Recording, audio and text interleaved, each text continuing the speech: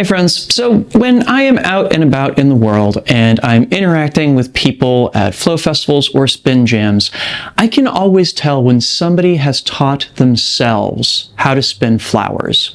Let me show you how I can tell. So, most people would perform their split time opposites anti-spin flowers like so. And at first blush, it may not seem like there's much going on here, but if I were to activate some trails so you can see the movement of the poi together as one long continuous stream, there's a different story that emerges here. Still not seeing it? Well, I tell you what, I'm going to make one slight tweak. Now do you see the difference? How about the difference between this versus this? In both cases, I'm just doing something very, very slightly different, but it makes all the world in how we get to see the tricks that we produce as poi spinners. So I'm going to share with you what that one trick is here in this video to help you clean up your own flowers.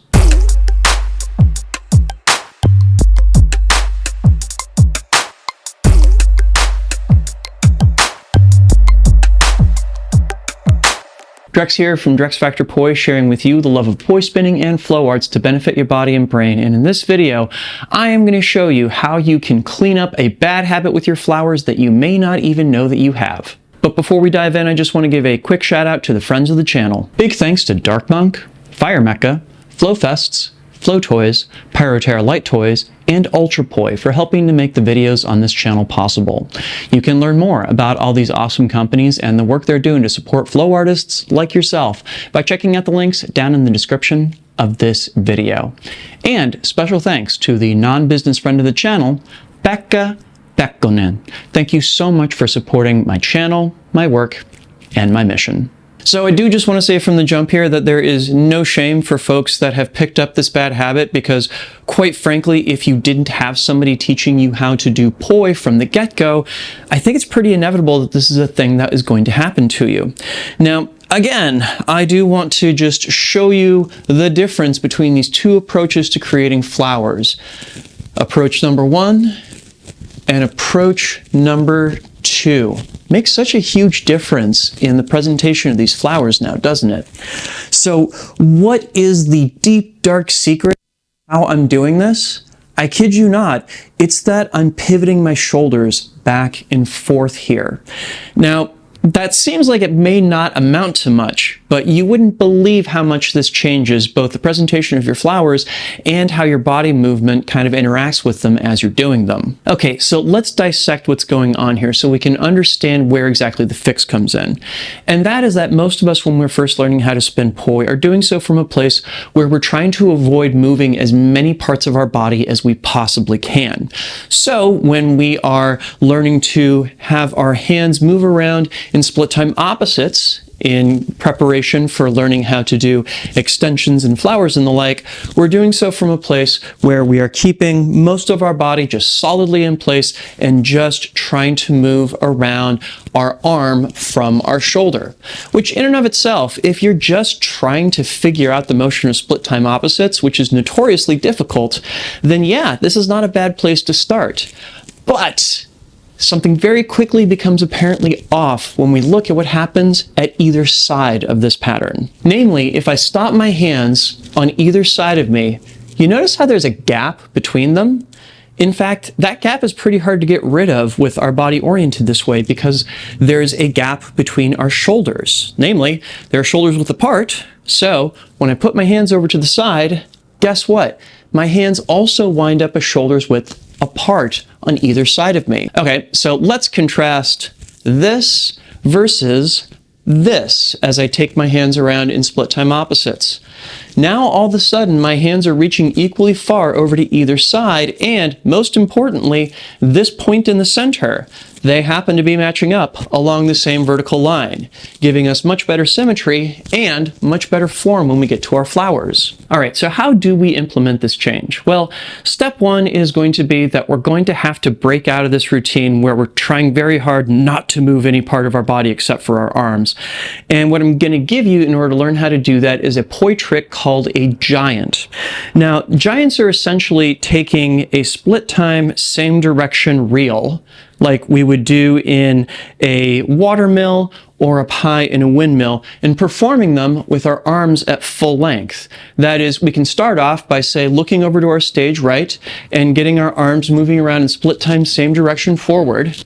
And then when our left arm is going down past our hips, we turn our entire body around to our stage left and start moving our hands around in almost like a backstroke in split time, same direction. Reverse here. When the right hand is going up top, we follow it back around over to stage right, where we go back to forwards. So altogether, we are forwards, stage right, we follow the left hand around to reverse on stage left, and we follow the right hand back around to forwards on stage right. Now the challenge here is you need to rivet your feet in place and only turn your upper body back and forth as you're doing this. And of course we can do this with the poi, which results in a move with an enormous amount of volume that I personally think looks super duper cool. And the biggest and best thing we get out of this is that this starts to train our body to move from our core and pivot our shoulders back and forth as we do the move, which is going to come in real handy in a second here. Okay, so now that we have loosened up our core and gotten ourselves used to moving our upper body back and forth from our hips, what comes next? Well, I'm going to have to retrain you how to do timing and direction in at least 3 different modes in order to make all these pieces come together. So to start with, we're just going to work with the basics, namely together same. So to do together same, rather than just moving your hands around in a circle, I instead want you to start with your arms shoulders width apart at your hips, and I want you to swing them up next to your ears and then swing them back down next to your hips. They go up along the sides, they go down along the sides. It's like they're stuck in little rails that happen to be even with your shoulders as you go back and forth here. We're reaching up, we're reaching down, we're reaching up, we're reaching down. All right, so what exactly does this have to do with turning our hands together in together same? Well, as it turns out, if you swing your hands back and forth like so, and you happen to turn your upper body back and forth as you're doing it, it becomes a different kind of together same. One in which our hands seem to move around together, in which we don't have a gap on either side of the pattern. So give this a try for yourself. Think that you're going to swing your arms up from your hips to your ears when facing over to stage left, and then back down from your ears to your hips when facing stage right. Up on stage left, down on stage right. Up on stage left, down on stage right. And then see if you can do this as just one smooth, continuous motion going back and forth. And guess what? You've now got together same going and no gap between your hands on either side. Huzzah! Cool, now let's do the same thing with split time opposites. As it turns out, it's going to be pretty similar. But instead of swinging our hands back and forth together, we're going to start them in opposite places. So one hand is going to be up near your ear and the other one is going to be down next to your hips. You're going to slice them past each other, again, even with your shoulders as you go back and forth here. It's almost like you're doing that 60s dance called, I believe this is the mashed potato.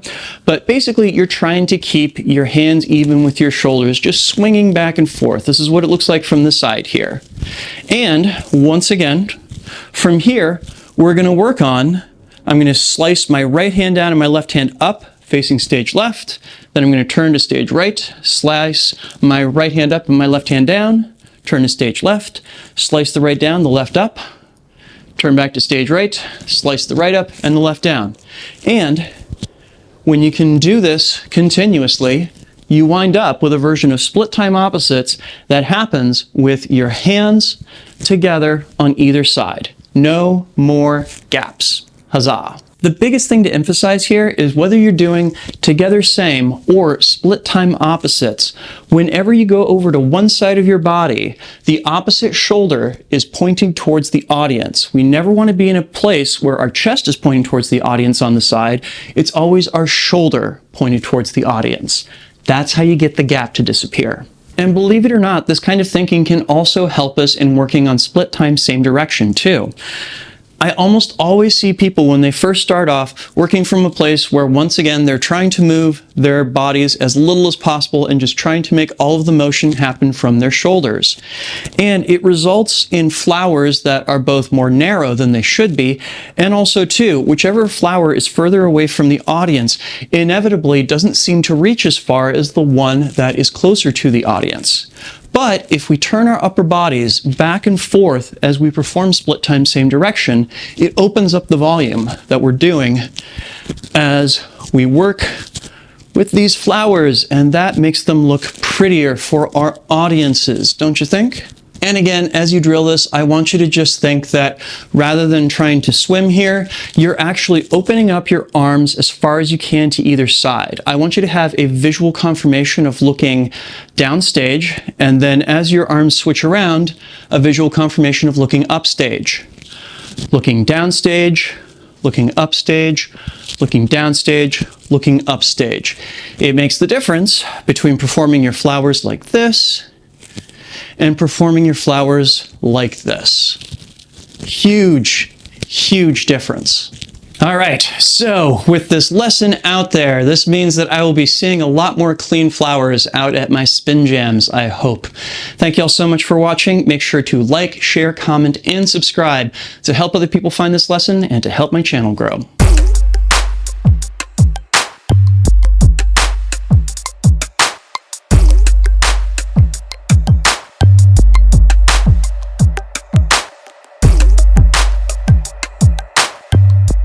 This video and all the videos on this channel would not be possible without my amazing supporters on Patreon.